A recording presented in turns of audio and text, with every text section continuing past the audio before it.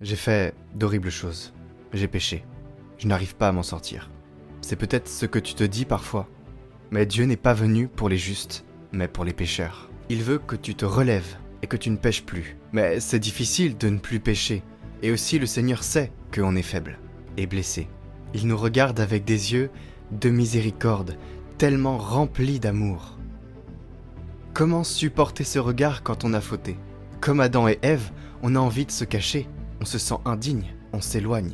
Mais c'est le peu de fidélité, de componction, d'espoir qui nous fait rester avec lui. Et cela vient de ce que l'on a semé dans le passé. La messe est une de ces graines. C'est pour ça qu'il nous donne la messe, afin qu'il demeure en nous et qu'on demeure en lui. Et cela arrive avec la communion quand on prend l'Eucharistie. Il nous donne ainsi la force de continuer à marcher. Marcher à travers les épreuves de la vie. Et il y en aura toujours. La vraie paix, on l'aura quand on sera là-haut. N'espérez pas une vie linéaire et calme, ni à l'intérieur, ni à l'extérieur.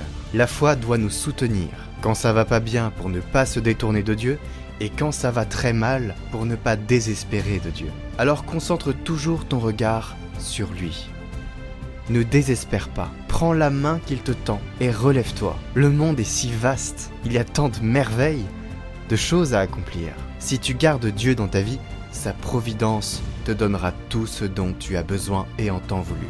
Alors, confiance et paix, lève-toi et marche.